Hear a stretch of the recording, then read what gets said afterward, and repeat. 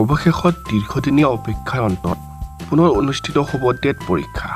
যিটো সময়ত অসমত নিবনুৱা সমস্যাই ভয়াৱহ ৰূপ ধাৰণ কৰি ৰাখিছে আৰু লাখ লাখ শিক্ষিত নিবনুৱাই এটা চাকৰিৰ আশাত পাৰ কৰিছে দিন ৰাতি। তেনে সময়তে ৰাজ্য চৰকাৰে টেট পৰীক্ষা অনুষ্ঠিত কৰি কিছু হ'লেও সকাহ দিছিল নিবনুৱাসকলক। কিন্তু যোৱা 7 বছৰ ধৰি ৰাজ্য চৰকাৰে অনুষ্ঠিত কৰিব পৰা নাই টেট পৰীক্ষা, যাৰ ফল ভোগ কৰিছে শিক্ষিত নিবনুৱাসকলে।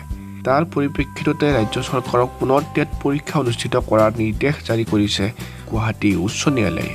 অৰূপ কুমাৰ মেধিসহ 80 গৰাকী প্ৰাৰ্থীয়ে দাখিল কৰা WA-32/2019 নম্বৰৰ এখন ৰিট আপিলৰ শুনানি গ্ৰহণ কৰি উচ্চ ন্যায়ালয়ৰ মুখ্য ন্যায়াধীশ A.S. বোপান্না আৰু ন্যায়াধীশ অৰূপ কুমাৰ গোস্বামীৰ খণ্ড বিচাৰপীঠে টেট অনুষ্ঠিত কৰাৰ নিৰ্দেশ দিয়ে ৰাজ্য চৰকাৰক। লগতে টেট অনুষ্ঠিত নকৰাকৈ নতুন শিক্ষক নিযুক্তি দিব নোৱাৰিব বুলিও স্পষ্টকৈ সকীয়াই দিয়ে ন্যায়ালয়ে। উল্লেখ্য যে ৰাজ্য চৰকাৰে 2012 চনত পোনপ্ৰথমবাৰৰ বাবে অনুষ্ঠিত কৰিছিল সাধাৰণ টেট পৰীক্ষা।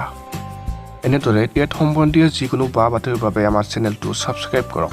ধন্যবাদ।